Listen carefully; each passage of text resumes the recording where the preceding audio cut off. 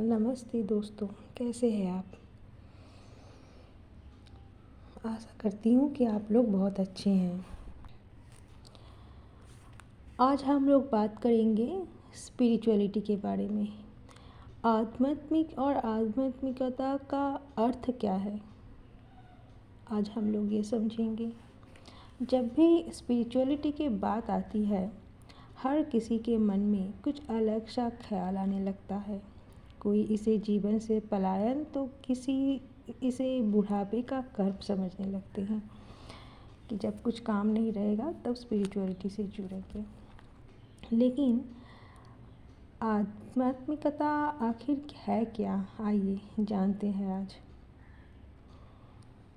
असल में आजकल की दुनिया में अधिकतर लोगों को, विशेषकर युवा वर्ग को, स्पिरिचुअलिटी के नाम से एक तरह की एलर्जी हो गई है। इसका कारण यह है कि ये सोचते हैं कि आध्यात्मिकता या स्पिरिचुअलिटी का मतलब स्वयं को यातना देना या फिर सबसे दूर रहना, भूखे रहना, सड़क के किनारे बैठ के भीख मांगना, ये इन सब चीज़ों से जुड़ने लगे हैं। सबसे ख़ास बात यह है कि आध्यात्मिकता को जीवन विरोधी या जीवन से पलायन समझा जाता है। आमतौर पर लोग यह मानते हैं कि स्पिरिचुअलिटी लोगों को जीवन का आनंद लेना वर्जित है, स्पिरिचुअलिटी में सिर्फ कष्ट झेलना ज़रूरी है, जबकि सच्चाई कुछ और है। स्पिरिचुअलिटी होने का आपके बाहरी जीवन से कोई लेना देना नहीं है। अगर ये सवाल पूछा जाए कि स्पिरिचुअलिटी मतलब आध्यात्मिक और संसारी मनुष्य में क्या अंतर है, तो सही जवाब ये रहेगा कि संसारी मानुष केवल अपना भोजन कमाता है। बाकी सब कुछ जैसे खुशी, शांति और प्रेम, आनंद के लिए उसे दूसरे की ओर दूसरे को भीख मांगना पड़ता है या फिर दूसरों पे निर्भर रहना पड़ता है। और आध्यात्मिक व्यक्ति इसके विपरीत है। आध्यात्मिक व्यक्ति अपनी शांति, प्रेम और खुशी सब कुछ खुद कमाता है और केवल भोजन के लिए दूसरों पर निर्भर रहता है। बाकी सब कुछ खुद कमाते हैं, खुद ब खुद मिल जाता है, किसी पे निर्भर होना नहीं पड़ता है। आजकल देखते हैं कि लोग प्यार के लिए, प्रेम के लिए, सम्मान के लिए भीख मांगते हैं, लड़ते झगड़ते हैं। लेकिन अगर आप आध्यात्मिकता से जुड़ जाए तो सब कुछ खुद में खुद मिलने लगेगा। लेकिन अगर वो चाहे तो अपना भोजन भी कमा सकता है। इन कुछ लक्षणों से आप समझ जाएंगे कि आध्यात्मिकता आखिर है क्या और आध्यात्मिक इंसान कैसा होता है। आध्यात्मिकता या स्पिरिचुअलिटी का किसी धर्म, संप्रदाय, फिलोसफी या मत से कोई लेना देना नहीं है। आप अपने अंदर से कैसे हैं, आध्यात्मिकता इसके बारे में है, अपने अंदर में जाना।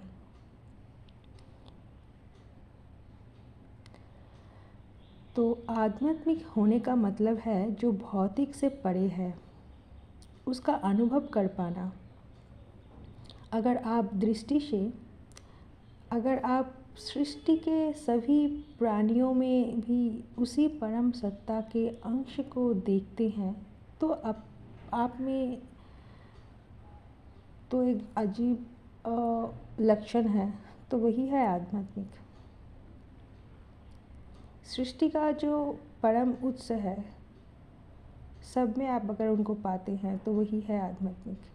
पहले उसके लिए खुद को जानना पड़ेगा, खुद से ये चीज़ शुरू करना पड़ेगा। जैसे मैंने पहले भी कहा है, अगर आपको बोध है कि आपके दुख, आपके क्रोध, आपके क्लेश के लिए कोई जिम्मेदार नहीं है, अगर आपको बोध है कि आपके हर खुशी, हर गम के लिए सिर्फ आप ही जिम्मेदार है, आपके हर चीज़ के लिए, आप खुद ही निर्माता है, तो आप आध्यात्मिक मार्ग पर है। आप जो भी कार्य करते हैं अगर उसमें केवल आपका हित ना होकर सभी की भलाई नहीं है तो आप आध्यात्मिक हैं।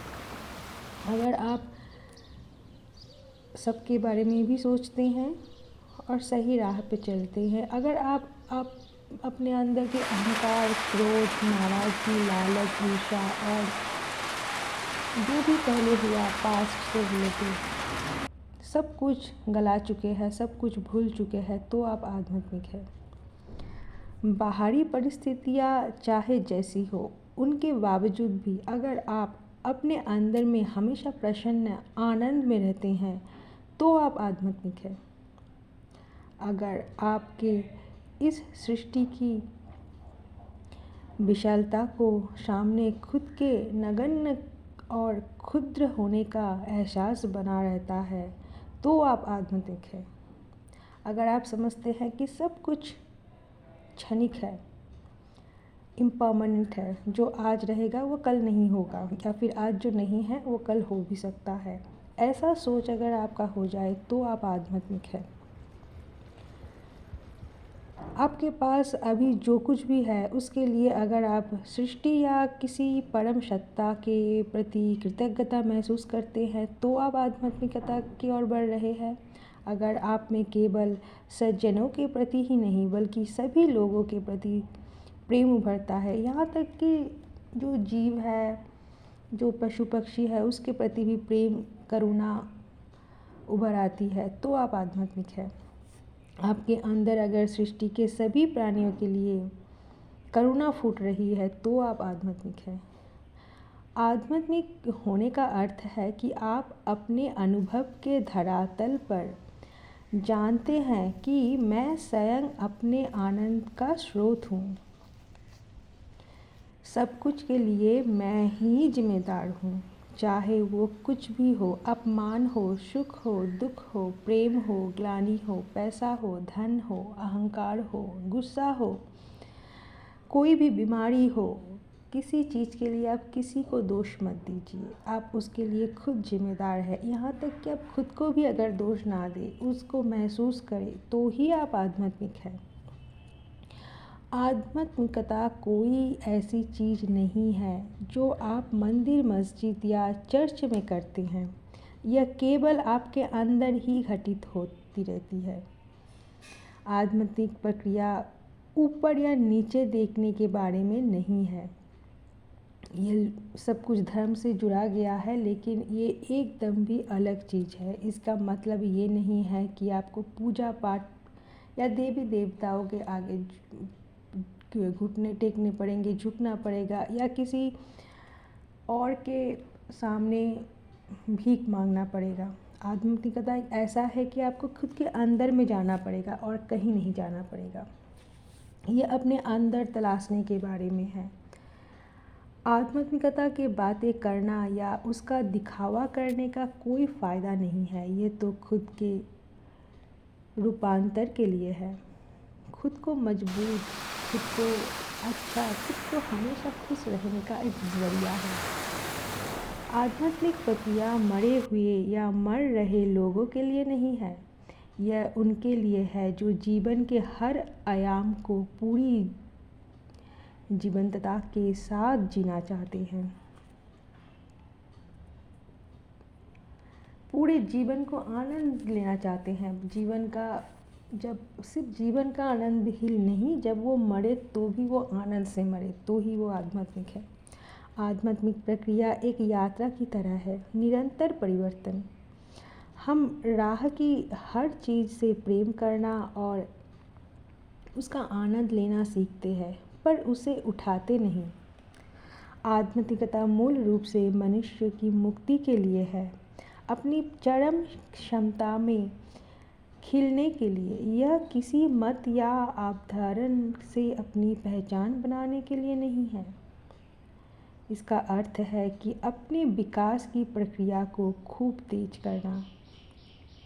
अगर आप अपने ऊपर बाहरी परिस्थिति का असर नहीं देते हैं तो ही आप स्वाभाविक तौर पर आध्यात्मिक हैं। आध्यात्मिक मार्ग पर चलने का अर्थ है कि आप मुक्ति की ओर बढ़ रहे हैं, चाहे आपकी पुरानी प्रवृत्तियाँ, आपका शरीर, आपके जीन्स कैसे भी हो। अस्तित्व में एकात्मता और एक रूपता है और हर इंसान अपने आप में अनूठा है। इसे पहचानना और इसका आनंद लेना ही आध्यात्मिकता का सार है। एक आध्यात्मिक व्यक्ति और एक संसारी व्यक्ति दोनों ही उसी अनंत असीम को चाह रहे हैं। एक उसे जागरूक होकर खोज रहा है, जबकि दूसरा अनजान में।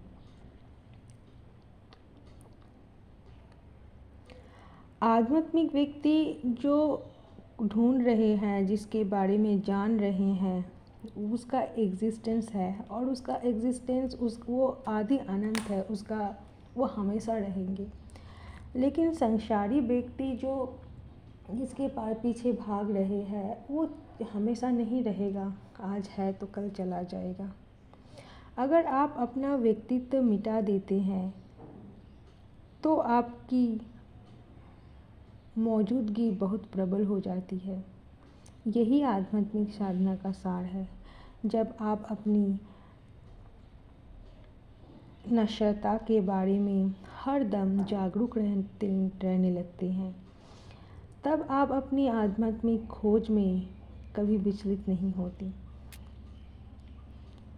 सोच विचार दिमाग की उपज है, यह कोई ज्ञान नहीं है।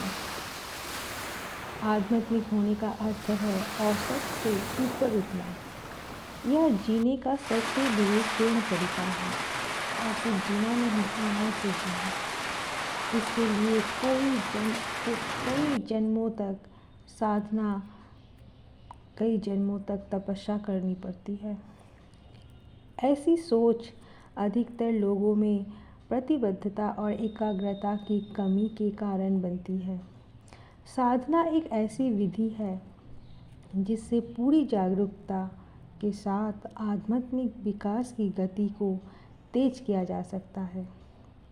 आध्यात्मिकता न तो साइकोलॉजिकल क्रिया है, मतलब मनोवैज्ञानिक प्रक्रिया है, और ना ही सोशल सामाजिक।